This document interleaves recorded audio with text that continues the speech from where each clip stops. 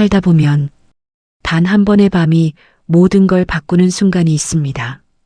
그날 밤, 그 비가 내리던 밤이 바로 그런 밤이었습니다. 서울 외곽도로 굵은 빗줄기가 아스팔트를 두드린다. 가로등 불빛이 빗물에 번져 흐릿하게 퍼지는 밤. 검은 세단 한 대가 중앙선을 넘어오는 트럭을 피하다 가드레일을 들이받는다. 쾅! 정막. 빗소리만 남는다. 운전석에 쓰러진 남자. 60대 초반. 흰 와이셔츠에 넥타이가 비틀려 있다. 이마에서 피가 흐르지만 아무도 없다. 조수석엔 서류 봉투가 흩어져 있다. 표지에 찍힌 로고 한강그룹 회장 강민준. 핸드폰이 바닥에 떨어져 있다. 핸드폰 화면엔 부재중 전화 여러 통. 발신자 이름 비서실장 박태수. 강민준은 눈을 감은 채 꼼짝하지 않는다. 50m 전방. 낡은 포터 트럭 한 대가 갓길에 서 있다. 조수석 문이 열리고 중년 여자가 내린다. 50대 중반. 장화의 앞치마. 국밥집 마감을 마치고 식재료를 받으러 가던 길이다. 그녀가 사고 차량을 발견한다. 잠깐 멈춘다. 그냥 지나칠 수도 있었다. 하지만 그녀의 발이 저절로 움직인다. 아니, 저게 빗속을 뛴다. 차 문을 당긴다. 잠겨 있다. 주먹으로 유리를 두드린다. 여보세요. 괜찮아요. 일어나 봐요. 반응이 없다. 돌 하나를 집어들어 조수석 유리를 깬다. 안으로 손을 뻗어 잠금을 해제한다. 문이 열린다. 강민준의 손목을 잡는다. 맥박이 약하게 뛴다. 살아있어 다행이다. 119에 전화를 건다. 여기 사고 났어요. 사람이 있는데 의식이 없어요. 빨리요. 오순이는 강민준의 머리를 자신의 무릎 위에 올린다. 앞치마 끈을 풀어 이마의 상처를 누른다. 빗속에서 두 사람은 처음으로 같은 공간에 존재한다. 강민준의 눈꺼풀이 잠깐 떨린다. 아주 희미하게. 눈이 열린다. 흐릿한 시야 속에 한 여자의 얼굴. 빗물이 그녀의 뺨을 타고 흐른다. 그게 빗물인지 눈물인지 알 수 없다. 누구요? 말하지 마요. 곧 와요. 곧. 강민준의 눈이 다시 감긴다. 사이렌 소리가 가까워진다. 구급대원들이 뛰어온다. 비켜주세요. 저희가 할게요. 오순이가 천천히 일어선다. 강민준이 들것에 실려간다. 그녀는 그 자리에 서서 구급차 뒷문이 닫히는 걸 바라본다. 구급차가 멀어진다. 빨간 불빛이 빗속으로 사라진다. 오순이는 손을 내려다본다. 손에 묻은 피가 빗물에 씻겨 내려간다. 그녀는 아무 말도 하지 않는다. 그냥 돌아선다. 트럭 문을 열고 올라타고 떠난다. 아무도 그녀의 이름을 묻지 않았다. 그녀도 말하지 않았다. 그렇게 그녀는 사라졌습니다. 이름도 얼굴도 제대로 남기지 않고, 하지만 강민준의 기억 속엔 흐릿한 빗속에서 자신을 내려다보던 그 눈빛 하나가 지워지지 않고 남아버렸습니다. 세상엔 같은 하늘 아래 전혀 다른 두 개의 아침이 있습니다. 그리고 그 두 아침은 절대 만날 수 없을 것 같았습니다. 서울 강남 한강그룹 본사 32층 회장실. 아침 7시. 통유리 너머로 도시가 내려다 보인다. 아침 햇살이 대리석 바닥에 길게 뻗는다. 꽃 한 송이 없는 방. 액자 한 장 없는 벽. 넓고 차갑고 조용하다. 강민준이 창가에 서 있다. 이마에 반창고 하나. 퇴원한 지 사흘째다. 의사가 일주일은 쉬라고 했다. 그는 사흘 만에 출근했다. 집에 있으면 더 이상했다. 그 넓은 집에 혼자 있으면 소리가 없었다. 아무 소리도. 비서실장 박태수가 문을 열고 들어온다. 회장님, 오늘 오전 일정 말씀드려도 되겠습니까? 네. 9시에 이사회, 11시에 법무팀 보고, 오후 2시엔 외자, 유치 미팅.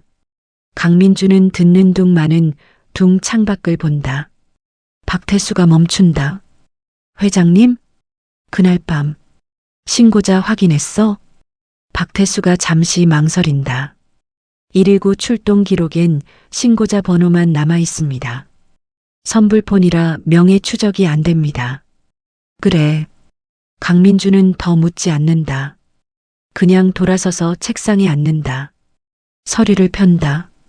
하지만 눈은 글자 위에 있지 않다. 박태수가 조심스럽게 말한다. 혹시 몸은 괜찮으십니까? 됐어. 박태수가 나간다. 강민주는 혼자 남는다. 서류를 덮는다. 창밖을 본다. 32층에서 내려다 보이는 서울. 작은 사람들, 작은 차들, 작은 가게들. 그 여자는 저 아래 어딘가에 있을 것이다. 지금 이 시간에도 뭔가를 하고 있을 것이다. 그게 뭔지 알 수가 없었다. 그리고 그게 이상하게 계속 마음에 걸렸다. 같은 시각, 서울 은평구, 골목 안작은 국밥집. 새벽 5시부터 사고를 올려놓은 오순이는 지금 막 육수 맛을 보고 있다. 혼자다. 직원은 없다. 작년에 다 내보냈다. 버텨야 하니까. 혼자 해야 하니까. 국자를 들고 한 모금. 조금 더 끓여야겠다. 그녀가 불을 줄이고 홀로 나온다. 테이블을 닦는다. 의자를 내린다. 오늘 쓸 깍두기를 미리 꺼낸다. 혼자서 하나씩 다 한다. 손이 빠르다. 몸이 기억하는 순서다. 10년 넘게 매일 같은 순서로 해온 일이다. 문득 손을 멈춘다. 손등을 본다. 거칠다. 마디마디가 굵다. 예전엔 이러지 않았는데. 오순이는 잠깐 그 손을 내려다보다가 다시 행주질을 시작한다. 생각하면 안 된다. 그냥 하면 된다. 8시. 문을 열었다. 단골 할아버지가 첫 손님으로 들어온다. 80대. 혼자 사신다. 순이야. 오늘도 일찍 왔네. 어서 오세요. 앉으세요. 요즘 얼굴이 왜 이래? 못 자? 괜찮아요. 국밥 한 그릇을 내온다. 할아버지가 한 숟갈 뜨고는 혀를 찬다. 이 집 국물은 진짜야. 뭘 넣는 거야, 대체? 정성이요. 웃으며 말하지만 눈은 웃지 않는다. 할아버지가 밥을 먹으면서 말한다. 순이야, 너 몇 살이야? 55이요. 아직 한창이네. 혼자 살 나이가 아니야. 오순이가 다른 테이블을 닦으며 말한다. 할아버지도 혼자 사시잖아요. 나는 늙어서 그런 거고. 넌 아직 젊잖아. 저 바빠요. 주방으로 들어간다. 할아버지는 혼자 국밥을 먹는다. 오순이는 주방에서 잠깐 멈춘다. 혼자 살 나이가 아니야. 그 말이 이상하게 오래 남는다. 점심시간. 가게가 찼다. 오순이는 혼자 주방과 홀을 오간다. 뛰다시피 한다. 땀이 난다. 머리카락이 흘러내린다. 닦을 틈도 없다. 손님 하나가 큰 소리로 부른다. 여기요. 국물 더 주세요. 네, 잠깐요. 다른 테이블에서 또 부른다. 깍두기 다 됐어요. 네. 오순이가 국물 들고 깍두기 들고 홀을 뛰어다닌다. 어느 순간 손님 하나가 혀를 찬다. 직원도 없어요? 이렇게 장사하면 어떡해. 오순이가 웃으며 말한다. 죄송합니다. 금방 드릴게요. 웃었다. 웃어야 했다. 주방으로 들어와서 잠깐 벽에 등을 기댄다. 숨을 고른다. 괜찮다. 괜찮다. 이 정도는 괜찮다. 오후 2시. 손님이 빠진 빈 홀. 오순이가 의자에 앉는다. 처음으로. 아침부터 지금까지 처음 앉는 것이다. 물 한 컵을 마신다. 천천히. 창밖으로 골목이 보인다. 지나가는 사람들, 고양이 한 마리, 바람에 날리는 비닐봉지. 오순이는 멍하니 그걸 본다. 그러다 문득 어젯밤 일이 떠오른다. 빗속 쓰러진 남자, 차가운 이마, 약하게 뛰던 맥박. 누구요? 힘겹게 물었던 그 목소리. 오순이는 물컵을 내려놓는다. 살았을까? 아마 살았겠지. 구급차가 빨리 왔으니까. 근데 이상하게 확인하고 싶었다. 그냥 살았는지 죽었는지 그것만. 그녀는 고개를 젓는다. 알 필요 없다. 모르는 사람이다. 그냥 지나가는 사람이다. 행주를 들어 빈 테이블을 닦는다. 아무것도 묻지 않은 테이블을. 필요 없는데도. 저녁. 강민준의 집. 강남 한복판 펜트하우스. 가정부가 차려놓은 밥상. 국, 반찬, 밥. 다 있다. 강민준이 식탁에 앉는다. 젓가락을 든다. 내려놓는다. 밥을 한 숟갈 뜬다.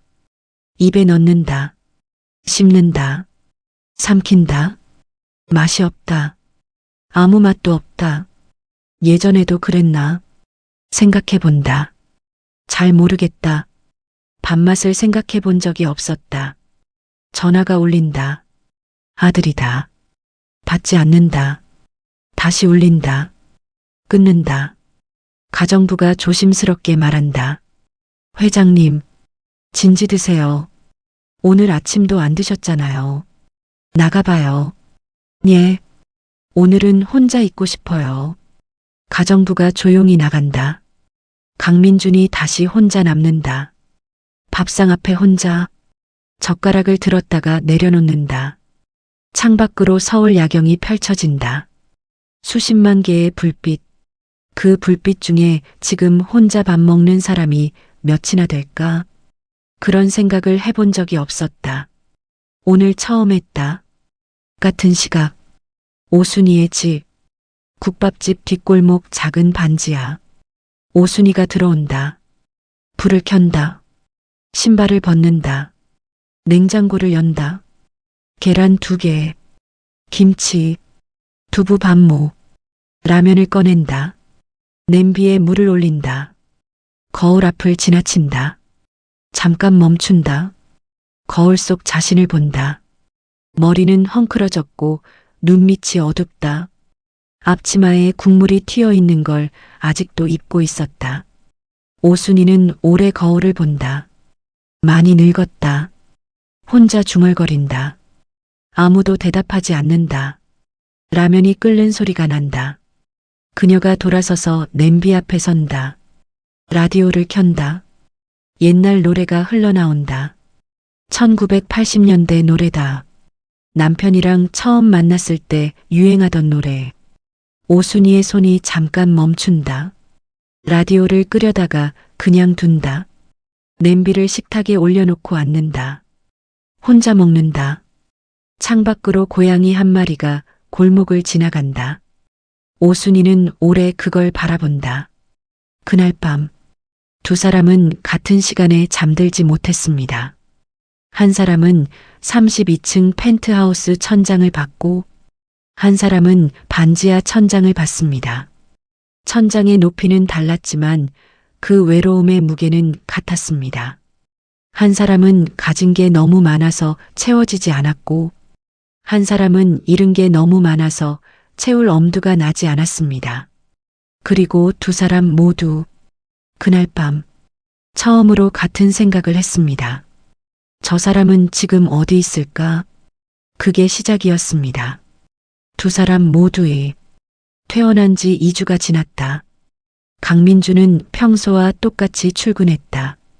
똑같이 이사회를 주재했다. 똑같이 결제하고 똑같이 지시했다. 아무도 이상하다고 느끼지 못했다. 그런데 밤이 문제였다. 잠자리에 누우면 눈을 감으면 반드시 그 장면이 왔다. 빗속, 흐릿한 얼굴, 차갑고 젖은 손, 그리고 그 목소리. 말하지 마요. 곧 와요. 곧. 강민주는 눈을 떴다. 천장을 봤다. 새벽 2시. 그는 침대에서 일어나 거실로 나왔다. 불도 켜지 않고 소파에 앉았다. 서울 야경이 통유리 너머로 펼쳐졌다. 수십만 개의 불빛. 그 여자는 저 불빛 어딘가에 있을 것이다. 왜? 혼자 중얼거렸다. 대답은 없었다. 다음 날 아침, 강민준이 박태수를 불렀다. 그날 밤 CCTV 확인해 봤어? 박태수가 잠깐 굳었다. 사고 구간 CCTV는 폭우로 화질이 거의 안 나옵니다. 차량 번호판도 식별이 어렵고요. 차종은 포터 계열로 추정됩니다. 흰색이나 은색. 강민준이 잠시 말이 없었다. 계속 찾아. 회장님, 혹시 이유를 여쭤봐도 됩니까? 강민준은 대답하지 않았다. 서류를 집어들었다. 그게 대답이었다. 박태수는 더 묻지 않고 나갔다. 일주일이 더 지났다. 강민준은 자신도 모르게 이상한 행동을 하기 시작했다. 출근길에 차창 너머로 국밥집 간판을 눈여겨봤다. 이전엔 눈에 들어오지도 않던 것들이었다.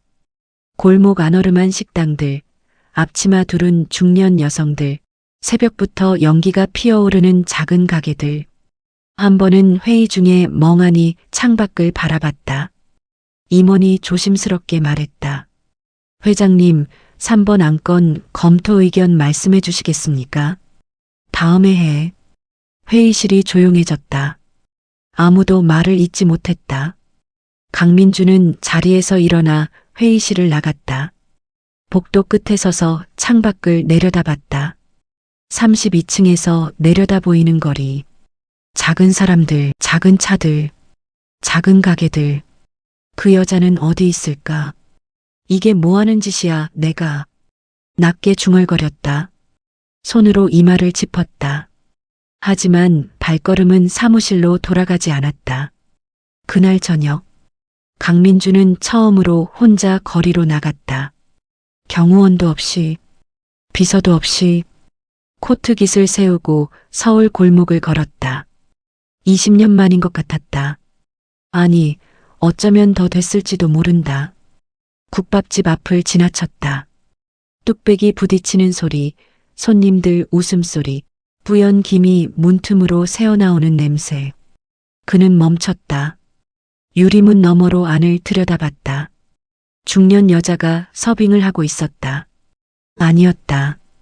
다시 걸었다. 또 다른 국밥집. 또 들여다봤다. 아니었다. 1시간을 걸었다. 발이 차가워졌다. 그래도 멈추지 않았다. 그러다 어느 골목 끝에서 혼자 써버렸다. 가로등 불빛 아래. 자신이 지금 뭘 하고 있는지 스스로도 알 수 없었다. 60평생. 원하는 걸 찾지 못한 적이 없었다. 회사도 계약도 사람도 원하면 가졌다. 그런데 이름도 모르는 여자 하나를 찾지 못하고 있었다. 강민주는 오래 그 자리에 서 있었다. 찬바람이 코트깃을 흔들었다. 잊으면 되는 일이었습니다. 어차피 스쳐 지나간 사람이었으니까요. 하지만 강민주는 알고 있었습니다. 자신이 잊으려는 게 아니라는 걸 찾고 싶었습니다.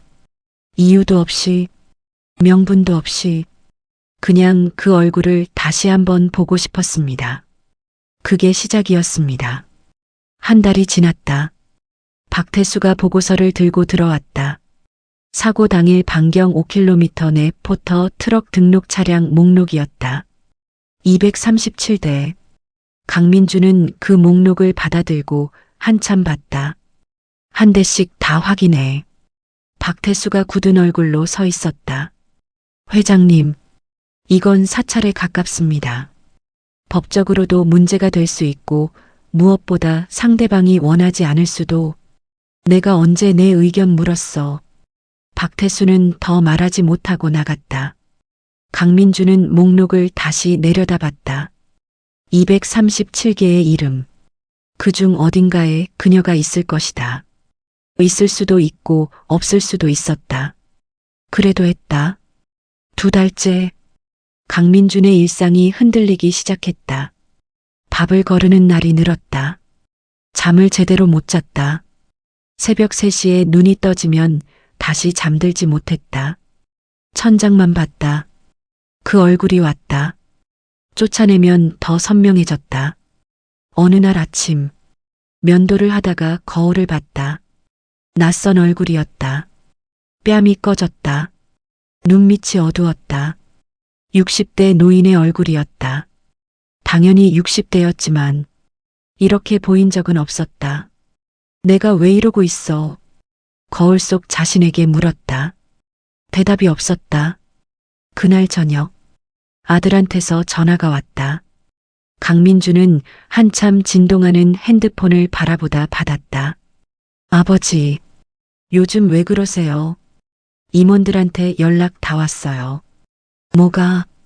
회의 중에 나가고, 결제가 밀리고, 아버지답지 않으시다고.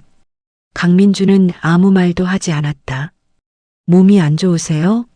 사고 후유증이에요? 아니, 그럼 뭐예요? 긴 침묵. 아버지, 잘 자라. 전화를 끊었다. 핸드폰을 소파에 던졌다.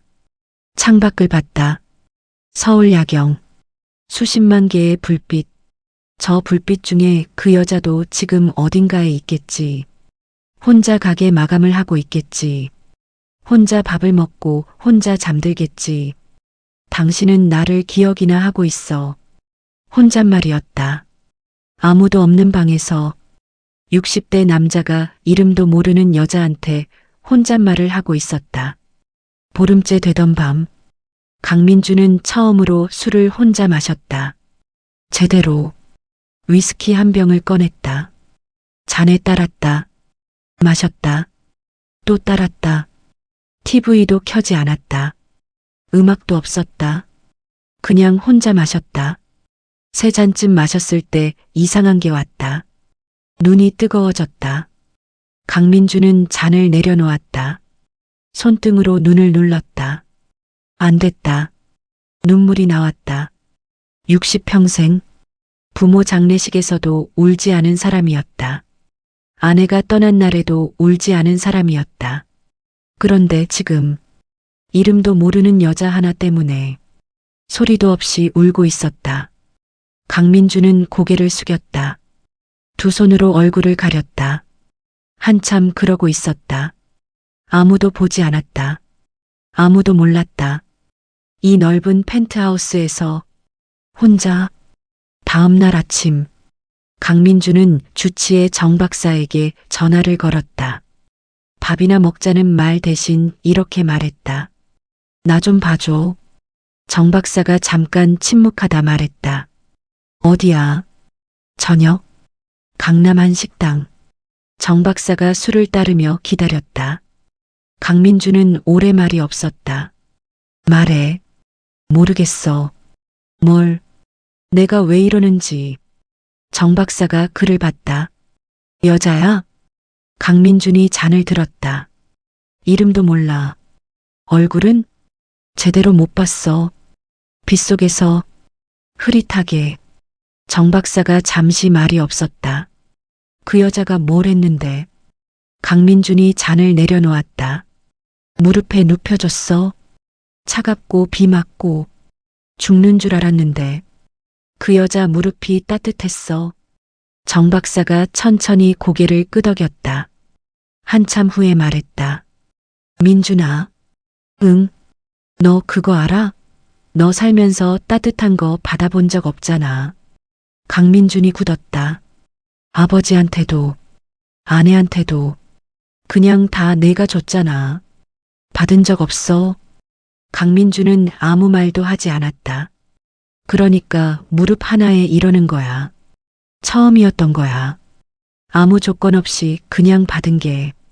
창밖에 차들이 지나갔다. 강민주는 술잔을 오래 들여다봤다. 찾을 수 있을까? 정 박사가 말했다. 찾아. 그리고 이번엔 내가 받을 생각하지 말고 줘봐. 처음으로. 강민주는 대답하지 않았다. 그냥 술을 마셨다. 그 말이 가슴 어딘가에 박혔다. 그날 밤 강민주는 집에 와서 오래 앉아 있었다. 불도 켜지 않고 정 박사의 말이 자꾸 돌아왔다. 살면서 따뜻한 거 받아본 적 없잖아. 맞는 말이었다. 틀린 데가 없었다. 회장이 됐다. 그룹을 키웠다. 원하는 건 다 가졌다. 그런데 지금 이 넓은 집에 아무것도 없었다. 따뜻한 밥 한 끼 같이 먹을 사람이 없었다. 아무 말 없이 옆에 앉아 있어 줄 사람이 없었다. 힘들다고 말할 수 있는 사람이 없었다. 살면서 그게 없다는 걸 몰랐다. 그 빗속에서 처음 알았다. 무릎 하나가 그렇게 따뜻할 수 있다는 걸. 강민주는 눈을 감았다. 찾겠습니다. 꼭 아무도 없는 방에서 혼자 다짐했다. 어떤 무너짐은 끝이 아닙니다. 바닥을 치고서야 비로소 진짜 원하는 게 뭔지 보이는 것처럼 강민주는 그 밤 처음으로 알았습니다. 평생 준 사람이었는데 받고 싶었습니다. 따뜻한 것, 아무 조건 없는 것, 그냥 사람 하나, 곁에 있어주는 사람 하나. 은평구의대. 강민주는 박태수가 뽑아온 목록을 들고 직접 움직이기 시작했다. 경호원도 없이, 비서도 없이. 처음엔 박태수가 말렸다. 회장님이 직접 다니실 필요는. 됐어. 그게 끝이었다. 강민주는 코트 하나 걸치고 골목을 걸었다. 목록엔 국밥집이 12곳이었다. 하나씩 들어갔다. 국밥을 시켰다. 둘러봤다. 아니면 나왔다. 사흘이 걸렸다. 11번째 집. 아니었다. 4번째 날 오후. 강민주는 골목 안쪽 막다른 곳에 있는 작은 국밥집 앞에 섰다. 낡은 간판. 손으로 쓴 글씨. 순인의 국밥. 문틈으로 사골 국물 냄새가 새어나왔다. 뿌연 김이 유리문에 서려 있었다. 그는 잠깐 섰다. 심장이 이상하게 뛰었다. 60평생 한 번도 없던 일이었다. 문을 열었다. 낡은 나무 의자. 기름때 벤 테이블. 벽엔 메뉴판 하나. 손님 서너시 조용히 밥을 먹고 있었다. 강민주는 안을 훑었다. 그리고 멈췄다. 주방 쪽에서 뚝배기를 들고 나오는 여자. 머리는 대충 묶었고 앞치마엔 국물이 튀어 있었다. 장화를 신고 있었다. 강민주는 숨을 참았다. 그 여자가 테이블에 뚝배기를 내려놓으며 고개를 들었다. 두 사람의 눈이 마주쳤다. 정적? 오순이가 먼저 굳었다. 알아봤다. 바로 그 이마, 그 눈빛. 그날 밤 빗속에서 무릎 위에 뉘었던 그 남자. 살아있었다. 그것도 이 골목 안자기 가게 안에. 오순이는 표정을 지웠다. 재빠르게, 오래 연습한 사람처럼. 어서 오세요. 앉으세요. 목소리가 평온했다. 아무것도 모르는 사람처럼. 강민주는 움직이지 않았다. 그 얼굴을 봤다. 그 목소리를 들었다. 틀림없었다. 그는 천천히 가장 안쪽 테이블로 걸어가 앉았다. 오순이가 물을 가져왔다. 강민준 앞에 컵을 내려놓으며 눈을 마주치지 않았다. 뭐 드시겠어요? 국밥 하나요. 예. 오순이가 돌아섰다. 강민준이 낮게 말했다. 저 기억하십니까? 오순이의 발이 멈췄다. 등을 보인 채로 잠깐 아무 말도 하지 않았다. 손님 많이 오세요. 기억 못합니다. 그리고 주방으로 들어갔다. 주방 안. 오순이는 국자를 들고 솥 앞에 섰다. 손이 미세하게 떨렸다. 알아봤으면서 모른 척했다. 그래야 했다. 그래야 하는 이유가 있었다. 그녀는 숨을 고르고 뚝배기에 국물을 담았다. 밥을 얹었다. 깍두기를 담았다. 평소와 똑같이 홀로 나갔다. 강민준 앞에 뚝배기를 내려놓았다. 맛있게 드세요. 강민주는 국밥을 보지 않았다. 그녀를 봤다. 그날 밤, 비 오던 날, 가드레일 사고 난 거 기억하십니까? 오순이는 행주로 옆 테이블을 닦기 시작했다. 저 그런 거 잘 모릅니다. 이마에 앞치마 끈 묶어준 사람이 당신이었습니다. 행주질이 멈췄다. 잠깐의 침묵. 드세요. 식어요. 강민주는 국밥을 먹었다. 천천히. 끝까지. 처음 먹어보는 국밥이었다. 뜨겁고 진하고 묵직했다. 비싼 음식에선 나지 않는 맛이었다. 그는 다 먹고 자리에서 일어났다. 계산대 앞으로 갔다. 오순이가 계산을 받으며 눈을 내리깔았다. 강민준이 카드를 내밀다가 멈췄다. 감사합니다. 오순이가 고개를 들었다.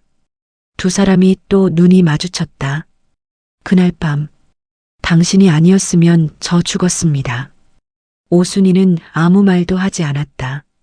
강민주는 카드를 내밀었다. 오순이가 받아서 긁었다. 영수증을 내밀었다. 강민준이 영수증을 받으며 낮게 말했다. 또 오겠습니다. 오순이는 대답하지 않았다. 강민준이 문을 열고 나갔다. 문이 닫혔다. 가게 안이 다시 조용해졌다.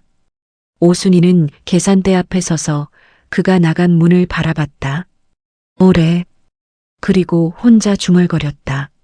오지 마요. 아무도 듣지 못할 만큼 작은 목소리로. 강민주는 골목을 나오며 발걸음을 멈췄다. 하늘을 올려다봤다. 찾았다. 3달 만에. 드디어 찾았다.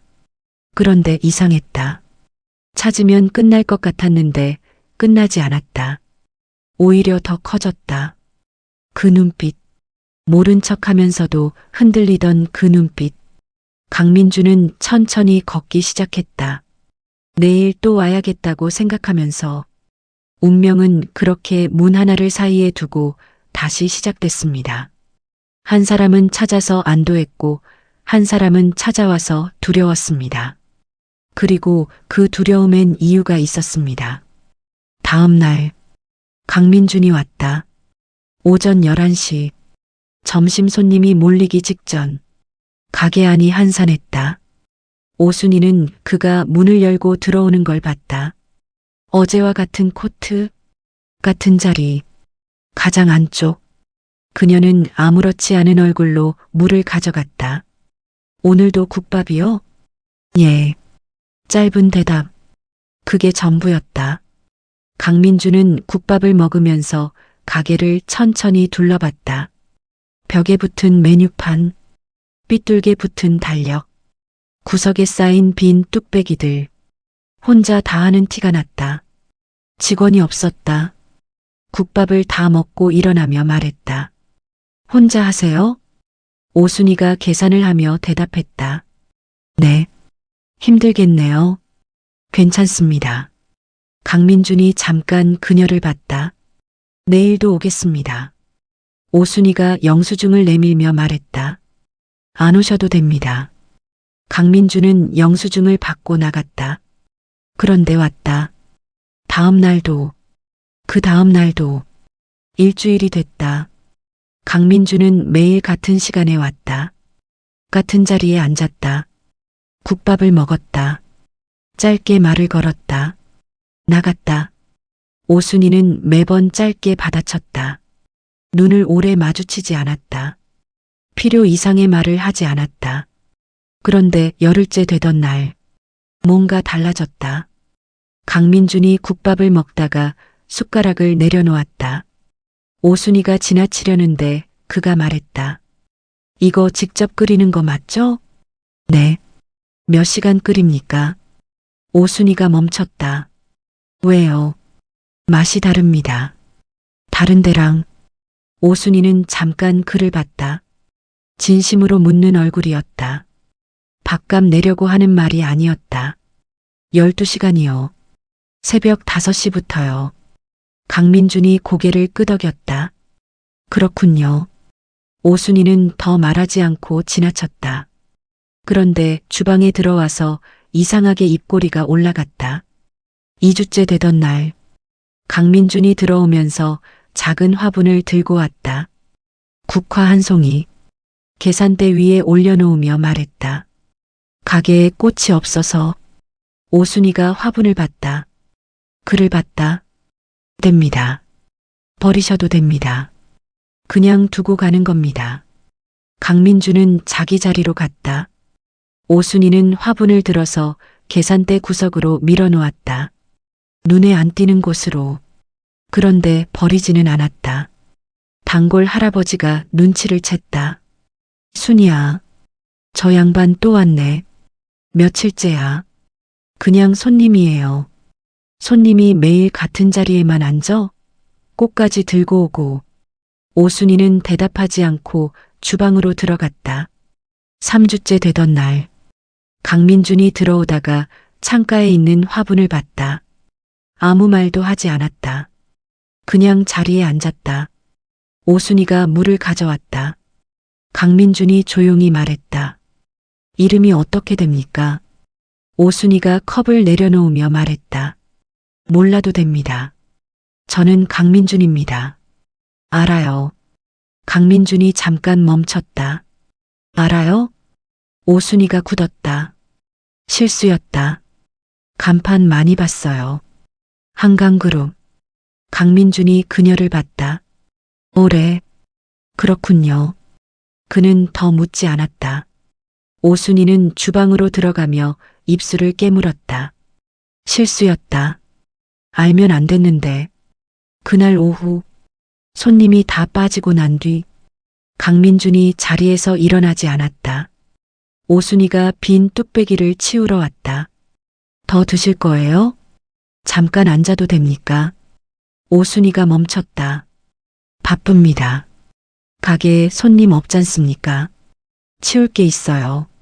치우고 나서라도. 오순이가 뚝배기를 들고 주방으로 들어갔다.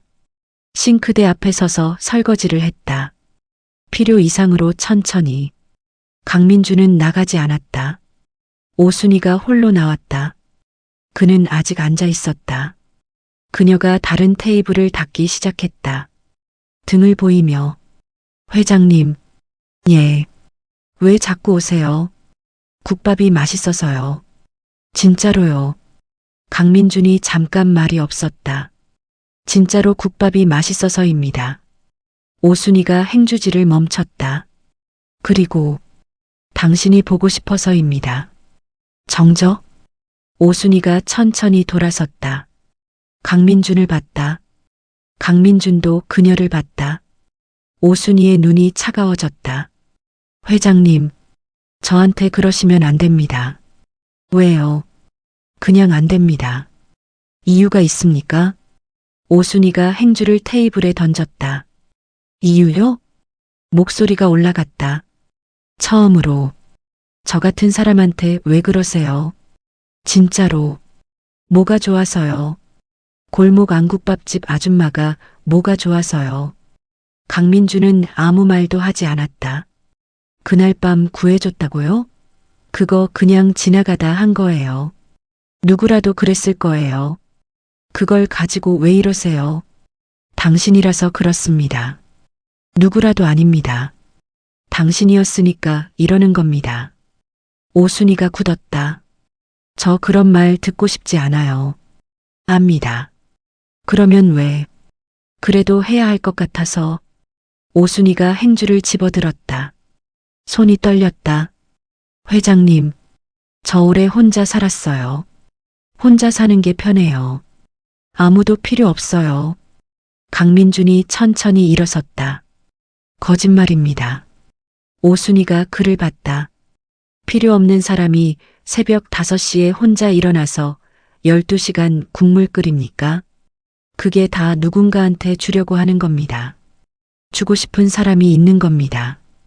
오순이가 입술을 꾹 눌렀다. 나가세요. 예. 강민준이 코트를 집어들었다. 문 쪽으로 걸었다. 손잡이를 잡고 멈췄다. 돌아보지 않고 말했다. 내일 또 오겠습니다. 오지 마세요. 문이 열렸다. 닫혔다. 오순이는 그 자리에 서 있었다. 빈 가게. 혼자. 손에 든 행주가 구겨져 있었다. 그녀가 천천히 가장 안쪽 테이블로 걸어갔다. 강민준이 매일 앉던 자리. 의자를 봤다. 빈 의자. 그리고 앉았다. 그 자리에 창밖으로 골목 저녁빛이 기울고 있었다. 오순이는 오래 앉아 있었다. 필요 없는 사람이 새벽 5시에 혼자 일어나서 12시간 국물 끓입니까? 그 말이 자꾸 돌아왔다. 알지도 못하면서 중얼거렸다. 그런데 눈물이 났다. 닦았다. 또 났다. 또 닦았다. 이 남자가 무서웠다. 자신도 모르게 닫아놓은 문을 두드리는 것 같아서 두드리는 것도 아니었다. 그냥 조용히 서 있는 것 같아서 그게 더 무서웠다. 그날 밤 오순이는 잠을 못 잤다. 뒤척이다가 일어나 물을 마셨다. 창밖 골목. 고요했다. 그녀는 오래 앉아 있다가 혼자 중얼거렸다. 오지 말랬는데. 그런데 그 말이 오지 말라는 건지 오라는 건지 자신도 알 수 없었다. 다음 날 오전 11시 문이 열렸다. 강민준이었다. 오순이는 그를 봤다. 그도 그녀를 봤다. 아무 말도 하지 않았다. 강민준이 가장 안쪽 자리로 걸어가 앉았다. 오순이는 잠깐 서 있다가 물컵을 들고 걸어갔다. 테이블에 내려놓으며 말했다. 국밥이요? 강민준이 말했다. 예. 오순이가 돌아섰다. 입꼬리가 아주 조금, 아주 미세하게 올라갔다. 주방으로 들어가면서 그걸 눌렀다. 눌러도 올라갔다. 밀어내는 사람이 있습니다. 그리고 그 밀어냄 뒤에서 혼자 무너지는 사람이 있습니다. 오순이가 그랬습니다. 밀어낼수록 더 선명해졌습니다. 오지 말라고 할수록 문 쪽을 봤습니다. 그게 무서웠습니다. 이 감정이 뭔지 알고 있었으니까요. 그리고 알면 안 되는 이유도 알고 있었으니까요. 4주째 되던 날, 강민준이 평소보다 늦게 왔다. 오후 3시, 가게엔 아무도 없었다. 오순이가 마감 청소를 하고 있었다. 문이 열리는 소리에 고개를 들었다. 오늘은 마감했어요. 들어와도 됩니까? 잠깐만. 오순이는 대답하지 않았다. 빗자루질을 계속했다. 강민준이 들어와 자리에 앉았다. 한참 침묵이 흘렀다. 빗자루 소리만 났다. 오순이가 먼저 말했다. 왜 이 시간에 오셨어요? 오늘은 그냥 앉아있고 싶었습니다. 국밥 없어요. 괜찮습니다. 오순이가 빗자루질을 멈췄다. 그를 봤다. 강민주는 테이블을 내려다보고 있었다. 피곤해 보였다. 그냥 피곤한 게 아니었다. 오래 쌓인 피곤함이었다. 그게 얼굴에 다 보였다. 오순이는 잠깐 그 얼굴을 봤다가 다시 빗자루를 들었다. 오래 있으시면 안 돼요. 예. 그런데 나가지 않았다. 한참 후 오순이가 빗자루를 세워놓으며 말했다. 왜 자꾸 오세요? 강민준이 고개를 들었다. 모르겠습니다. 모르면 오지 마세요. 그게 안 됩니다. 왜요? 강민준이 천천히 말했다. 당신 생각이 납니다. 매일. 정적? 오순이는 표정을 바꾸지 않았다. 하지만 손이 빗자루 자루를 꽉 쥐었다. 저한테 그러시면 안 됩니다. 왜요? 그냥 안 됩니다. 이유가 있습니까? 오순이가 돌아섰다. 주방으로 가려 했다. 도망가지 마세요. 발이 멈췄다. 저 도망가는 거 아닙니다. 그럼 뭡니까? 오순이가 천천히 돌아섰다. 이번엔 달랐다. 표정이 달랐다. 뭔가를 결심한 사람의 얼굴이었다. 그녀가 의자를 끌어당겨 앉았다. 강민준과 테이블 하나를 사이에 두고 회장님, 저 왜 마음 닫고 사는지 아세요? 강민주는 아무 말도 하지 않았다. 오순이가 테이블 위에 손을 올려놓았다. 거칠고 굵은 손마디가 보였다. 이 손 보여요? 강민준이 그 손을 봤다. 예전엔 이러지 않았어요. 35에는 그래도 고왔는데 그녀가 손을 내려다봤다. 15년이에요. 15년 동안 이렇게 됐어요. 오순이가 천천히 말을 꺼냈다. 저 원래 이 가게 아니었어요. 강민준이 그녀를 봤다.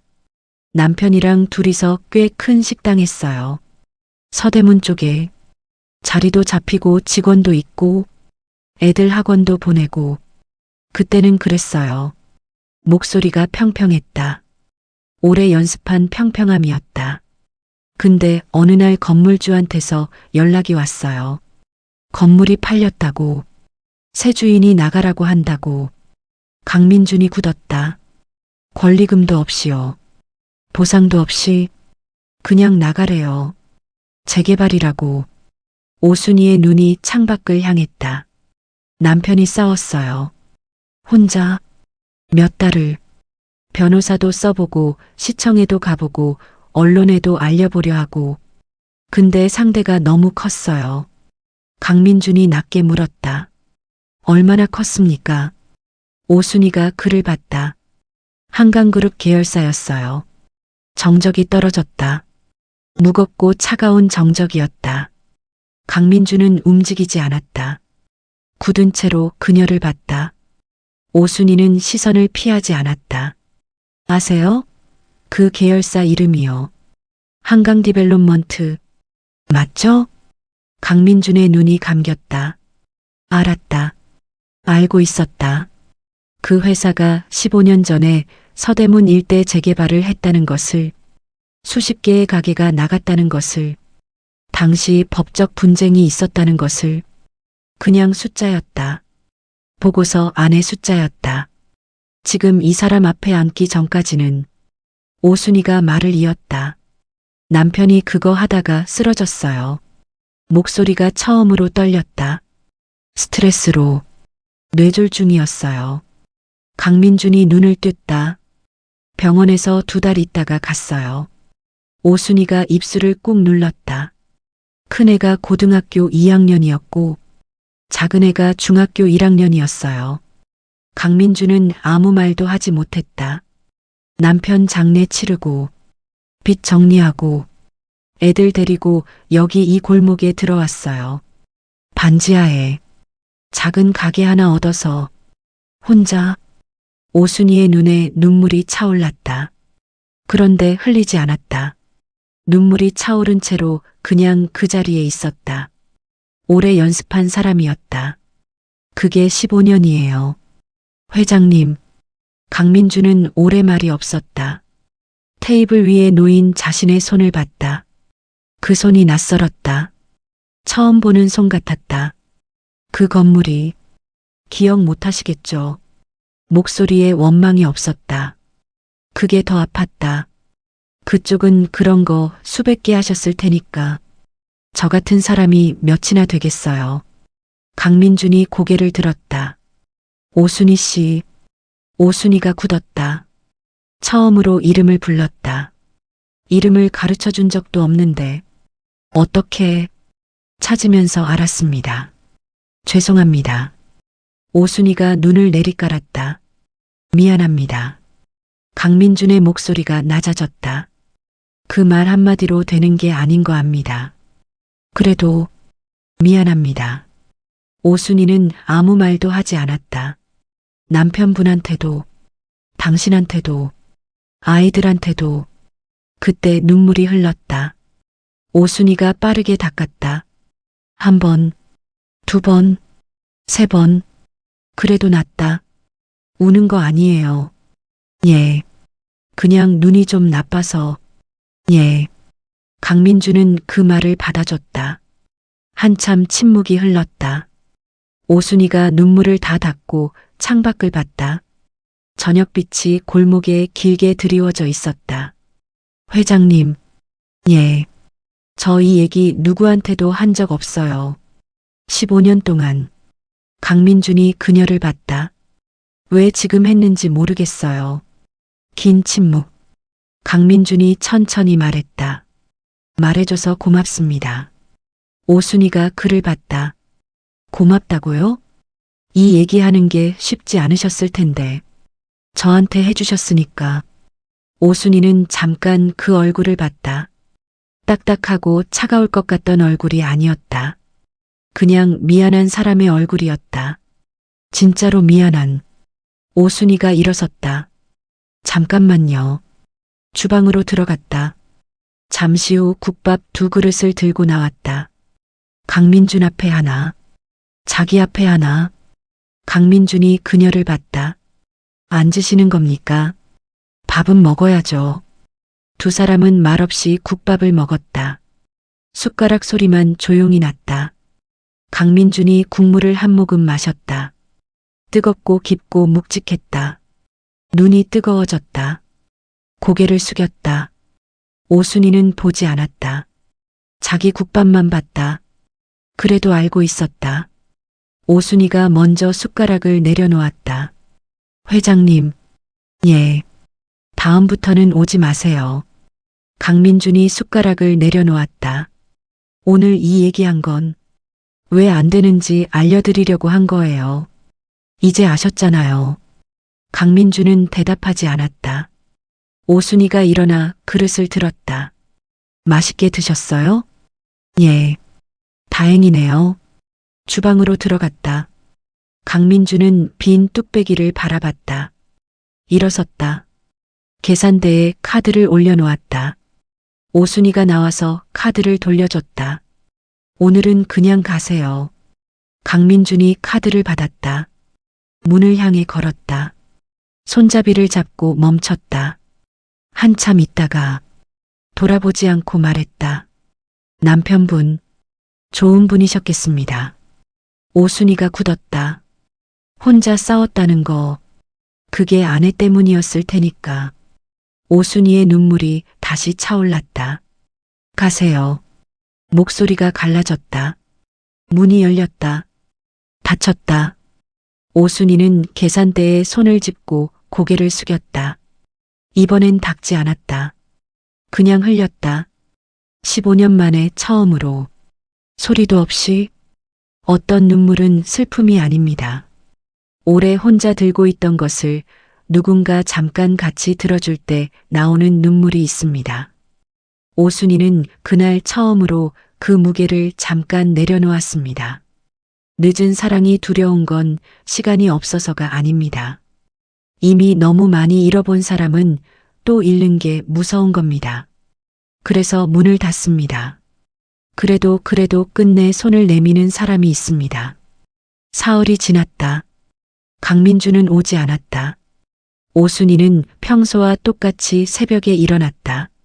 사고를 고았다. 가게 문을 열었다. 손님을 받았다. 마감을 했다. 똑같았다. 다 똑같았다. 그런데 오후 11시가 되면 자꾸 문 쪽을 봤다. 자신도 모르게. 그리고 매번 스스로를 나무랐다. 잘된 거다. 이게 맞는 거다. 나을째. 단골 할아버지가 물었다. 그 양반 요즘 안 오네. 그러게요. 섭섭하지도 않어? 오순이가 웃었다. 뭐려? 할아버지가 국물을 훌쩍이며 말했다. 순이야, 너 오래 봤는데 그렇게 웃으면 안 섭섭한 게 아니야. 오순이는 아무 말도 하지 않았다. 주방으로 들어가서 솥 앞에 섰다. 국자를 저었다. 뜨거운 김이 얼굴에 올라왔다. 눈이 시렸다. 김 때문이라고 생각했다. 닷새째 저녁. 가게 문을 닫으려는데 골목 입구에 사람이 서 있었다. 강민준이었다. 코트도 아니었다. 그냥 검은 점퍼, 맨손. 오순이가 멈췄다. 강민준이 천천히 걸어왔다. 손에 아무것도 없었다. 뭘 들고 온 게 아니었다. 그냥 왔다. 두 사람이 골목 가운데서 마주섰다. 오순이가 먼저 말했다. 오지 말랬는데. 예. 왜 왔어요? 강민준이 대답하지 않았다. 오순이가 그를 봤다. 그의 얼굴을 봤다. 사흘새 더 수척해진 것 같았다. 눈밑이 어두웠다. 밥은 먹었어요? 그 말이 먼저 나왔다. 생각보다 먼저. 강민준이 잠깐 그녀를 봤다. 아니요. 오순이가 한숨을 쉬었다. 들어와요. 가게 불을 다시 켰다. 마감한 솥에 불을 올렸다. 남은 국물을 데웠다.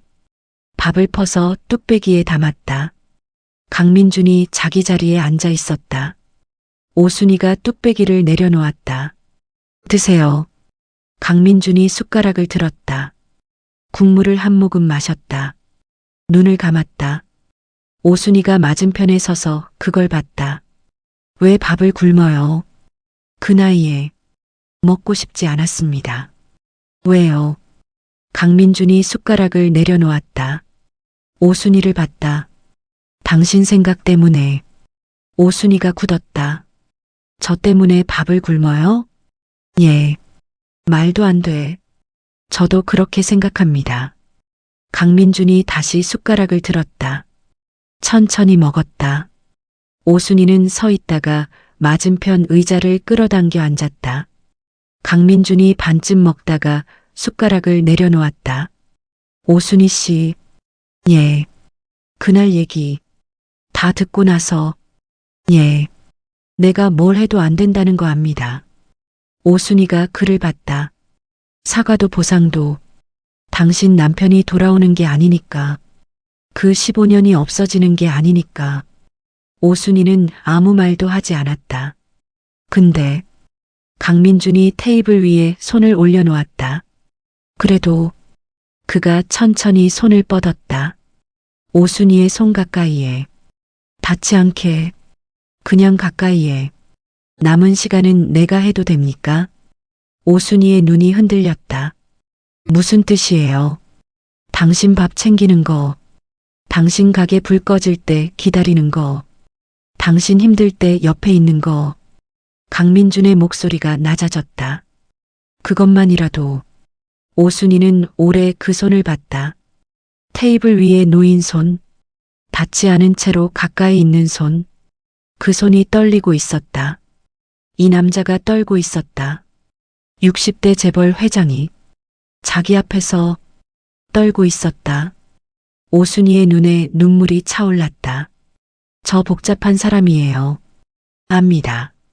상처도 많고 삐뚤어진 것도 있고 압니다.